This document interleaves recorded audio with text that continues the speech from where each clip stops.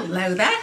This is an astrological forecast for Gemini for the month of April 2010. And this also applies if you have a Gemini ascendant. So Geminis, boy, there's a lot going on this month. You're going to love that. From the perspective of energy moving forward, Mars has finally gone direct, so your energy's moving forward a bit more. You don't feel quite as frustrated as you did, at least not in certain areas of your life. You feel as though you're able to communicate a little more clearly and more quickly.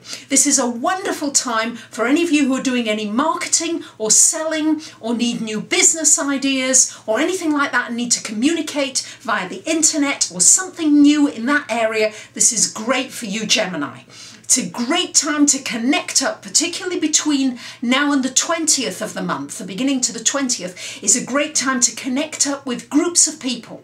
Maybe to go and talk to groups of people if that's the kind of thing you like, or at least to join an organisation where you can connect up with like-minded people, where you can be social and do that wonderful networking that you Geminis do so well.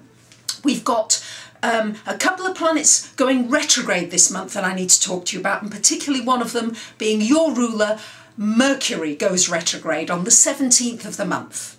So what this means, Geminis, you know, it means communications can be frustrating for you. It means that you're ruled by this Mercury energy and you very much want to have your thinking going forwards. Well, don't expect too much of that this month, simply because we've got Mercury in Taurus, which is not the fastest of Mercury placements, and we've got the Mercury retrograde. So try, Gemini, best you can to get any important deals done before the 17th of the month, any legal documents signed, a lease, if you're going to buy a house, anything legal, try to get that done before Mercury goes retrograde. It doesn't go direct again until 10th of May, so try to get all those things done beforehand. Make sure you back up your hard drive, try to get any repairs done before that date. Afterwards, then it's a great time for doing any research. And it's also a wonderful time for if you've lost something. You very often find it during a Mercury retrograde. I can't tell you the number of times I've lost a key or a book or something, and I find it again during Mercury retrograde. And I very often find it when I'm clearing out and cleaning out my files, which again is a really good thing to do when Mercury goes retrograde. We've got a lot of planets after the 20th of the month sitting in your 12th house, Gemini. So this is a time as well for you to have some quiet time out, to relax, to meditate, to allow yourself to visualize what it is you want, to really think about what it is that you want and see it, feel it, breathe it. And then as we come into your birthday time, you're preparing for that now, and you'll be ready when things are all stations go when we come into Gemini birthdays very shortly. We've got Pluto going retrograde as well this month on the 5th of the month. Now it's retrograde in your 8th house, Gemini, so you need to look at the control you have. Are you relinquishing control of issues connected with your finances, particularly with any joint finances you have?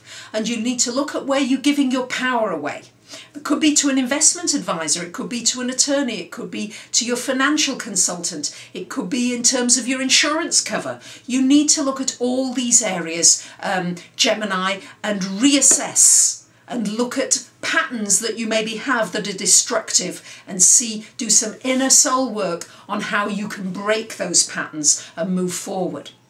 We've also got a lot happening this month, as I told you. Saturn retrograding into Virgo as well from the 7th of the month. And for you, this means looking at your health, Gemini. Have you got good habits in place for your health? Are you exercising regularly? Are you doing, have you got a good diet? It's about looking at your routines and seeing whether they're too rigid or whether you need to make them a little more flexible.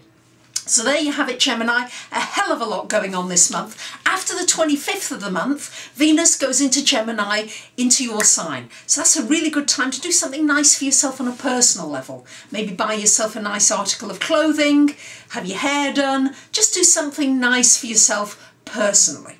So I wish you a wonderful month. For those of you that would like a personal reading, please take a look at my website.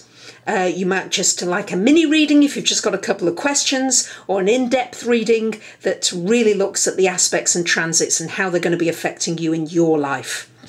I wish you a great month and I thank you for listening. Bye for now.